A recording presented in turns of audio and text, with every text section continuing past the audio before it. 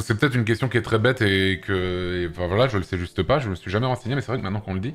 À partir de quand on a commencé à compter les années comme on les compte maintenant? En 1300 et quelques, Antoine. Mais pourtant, j'avais déjà entendu que quand ils avaient passé l'an 1000, t'avais eu une sorte de vague de suicide parce qu'il y avait des gens qui voyaient ça comme étant quelque chose d'apocalyptique. Ah, le truc de l'an 1000, c'est une infox. Ok, ok. T'as vu ça sur Facebook? Non, c'est un truc que je sais depuis... enfin, que j'ai entendu dire depuis très longtemps. Mais du coup, avant, on comptait les années de quelle façon, du coup, avant?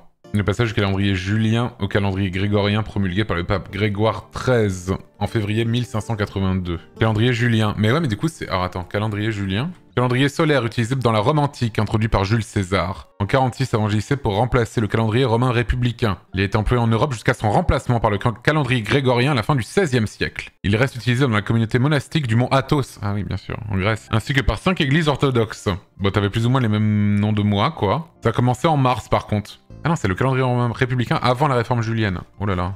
Ah, mais en fait, c'est quasiment la même chose sur Wikipédia, là. Il te montre le calendrier julien et à côté le calendrier grégorien. Selon le calendrier grégorien, on est le 24 mai 2025. Et selon le calendrier julien, on est le 11 mai 2025. Mais non, mais c'est pas possible parce que... Mais du coup, ils le comptaient... Je veux dire, quand ils étaient en l'an 1000, ils se disaient pas qu'ils étaient l'an 1000, du coup, non? Je sais pas, je comprends rien. Évidemment, à l'époque de Jules César, ils sont pas dit... Alors, là, on est en moins 30, là, on est en moins 29, là, on est en moins 28. Une sorte de compte à rebours bizarre. Bah si, du coup, bah non. Évidemment que non.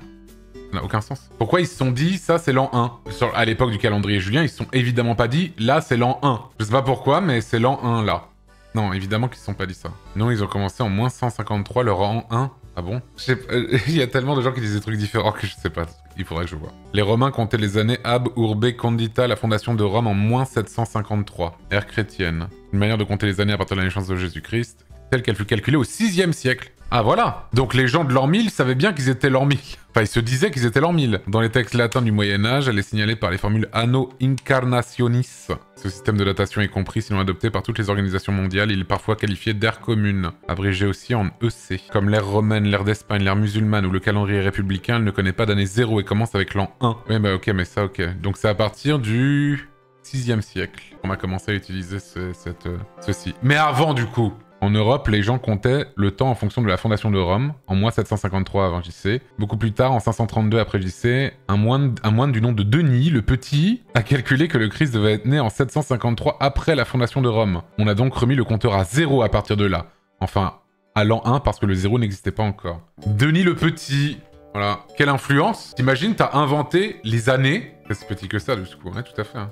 T'as inventé les années, l'histoire se rappelle de toi comme le petit. Ah, le gars, il était là dans les années 500. Là, on est en 2025. On parle de lui, là, maintenant, sur ce chat Twitch. C'est-à-dire que, quand même, qui d'entre nous, on parlera encore dans 1400 ans? Moi, oui, bien sûr. Mais vous?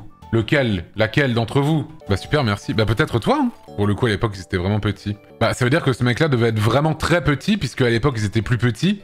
Et que même pour les standards de son époque, ils se sont dit, putain, ce gars, il est tellement petit qu'on va le surnommer le petit, quoi. Donc le mec devait faire 75 cm, hein, à tout casser, je pense, hein.